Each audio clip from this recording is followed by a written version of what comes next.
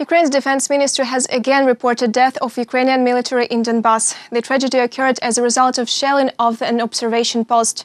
They note in the ministry that attacks by illegal armed formations have become more frequent recently. Details in the following report.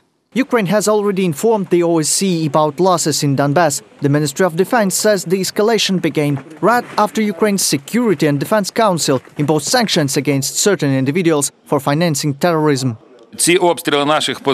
Shelling of our positions, peaceful settlements, both in our territory and in uncontrolled territories, usually begin when the Trilateral Contact Group starts its meetings, while the recent shelling began after the National Security and Defense Council's decision on sanctions.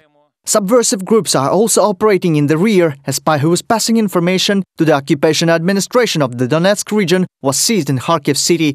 The man was recruited during his last trip to Russia, the Security Service of Ukraine informs. He was collecting information about the Oplot type of tank.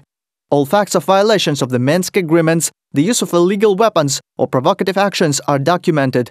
The Office of the President of Ukraine is preparing a new program for the return of the uncontrolled part of Donbas and the occupied Crimea. They promise to present it in the nearest future. The President has a plan on how to deal with this situation. We are working upon the issues of Crimea and Donbas. There are many different issues as well, not just negotiations. Those are social problems being resolved by phone.